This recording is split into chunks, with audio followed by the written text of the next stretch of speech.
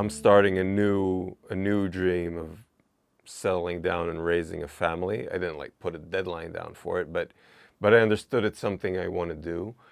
I understood that I want to raise a family in Israel because this is where I feel at home. This is where I had my childhood. This is where I want to raise a family.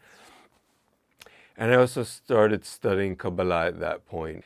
It was really what I'm looking for. I needed some guidance and understanding of life, and it's an ancient wisdom of 4,000 years old. It developed so long ago because it was beautiful. It was before all this world had so much confusion in it that people were a lot more in tune with nature and could understand what the meaning of existence is.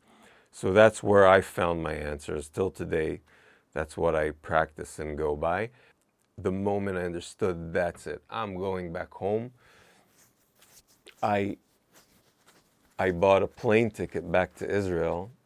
I go down to the office, I buy a one-way ticket back to Israel, and I get into the car with a ticket in my hand, and my phone rings from an unidentified number, and I answer it. And it's like, hi, this woman, I forgot her name. She's like, I'm from the Smashing Pumpkins management, and we heard a lot about you, and we're going on tour, and we'd like you to come audition for the band. I didn't really know what to do. I'm holding the ticket. I made the decision. I'm going back to Israel. I'm starting a new life.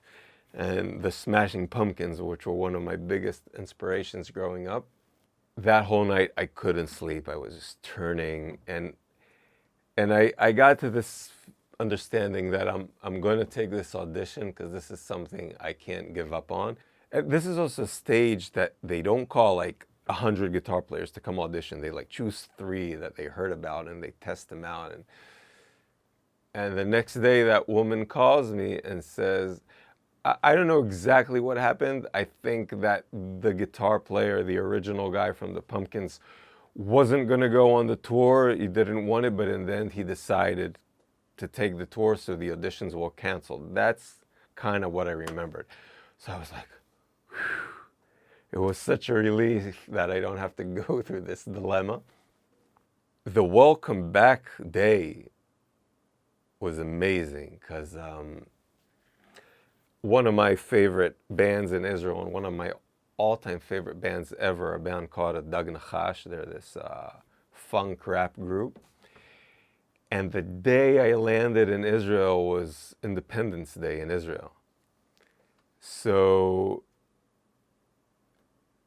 they called me up in LA and said, we're stuck in Independence Day without a guitar player. Is there any chance you're going to be in Israel on Independence Day? And I'm like, that's the day I'm landing. So they're like, when are you landing? And I'm like, my plane is landing at about 3 p.m. They're like, good, we'll be there at 5 p.m. to pick you up. And they sent me the songs online and I learned it. And I came home, dropped my bags, hugged my parents, and beep, beep, the van was outside to pick me up, and I got on stage. And I played, we had 2 shows, one in Jerusalem, one in Ramat Gan. Right after the Ramat Gan show, my sister was there waiting for me with a car. She picked me up with the gear, took me to a party that my best friend had. It was like the best night ever, landing back with my favorite band, my friends, my family, and it was like an amazing welcome back day back to Israel.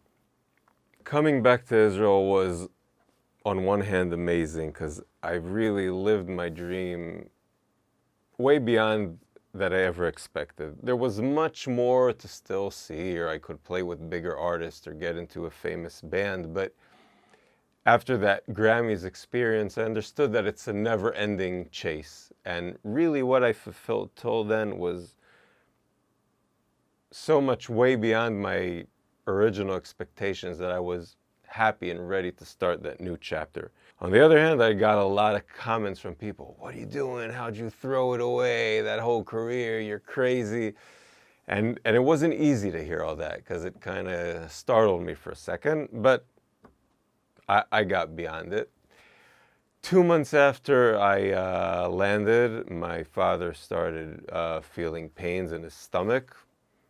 he went to check it out in the hospital, and after 2 other months, he wasn't here anymore. He had pancreatic cancer, and it just took him away. So that was a complete and total shock, because one of the main reasons I came back is to be with my family, and it was just a shock. I didn't really know what or how to deal with it. I was really relying on the confidence he gave me to start my career here. And after a few weeks or months that I was just kind of depressed, you have to start picking up the pieces and just started playing out again. So the career started kicking off, and I met my amazing wife and had 3 amazing kids with her. And at that point, when my first 2 sons were born, they were born really close to each other. I felt that I need a break from all the gigs. I'm sick of leaving home at nights. I can't help my wife with the kids. I don't see the kids.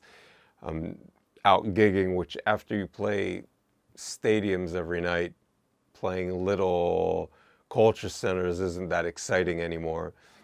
And I felt I needed a break from gigging and from the whole music business, because there are all the egos in there. You know, I just needed a pause. And I kept doing sessions here in my little studio, and also developed this like inspirational workshop for youth that we used to go with the band, play in high schools in the morning, and we used to tell our stories about really fulfilling yourself. Kept studying Kabbalah towards this whole time, and at one point I also found this book of Kabbalistic melodies that were written by a Kabbalist called Rav Hadag, and it's these beautiful melodies that at one point I started playing around with them and recording them, and I put out an album called Up the Ladder, which are my interpretations to those melodies.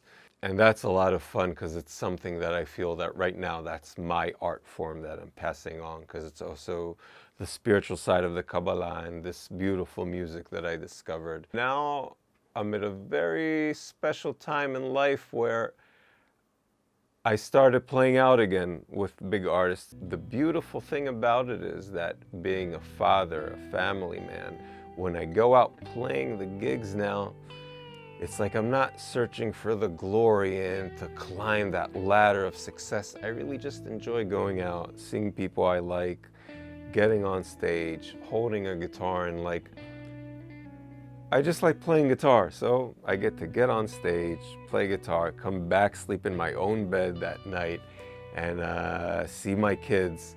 So I'm happy I'm able to provide and feed my children with playing guitar. And it's like, again, nothing was wrong with what I did before from my 20s and 30s. That was amazing. And now I started in my 40s, and just being able to go out modestly playing guitars, not trying to be a huge rock star. That's a great, fulfilling experience.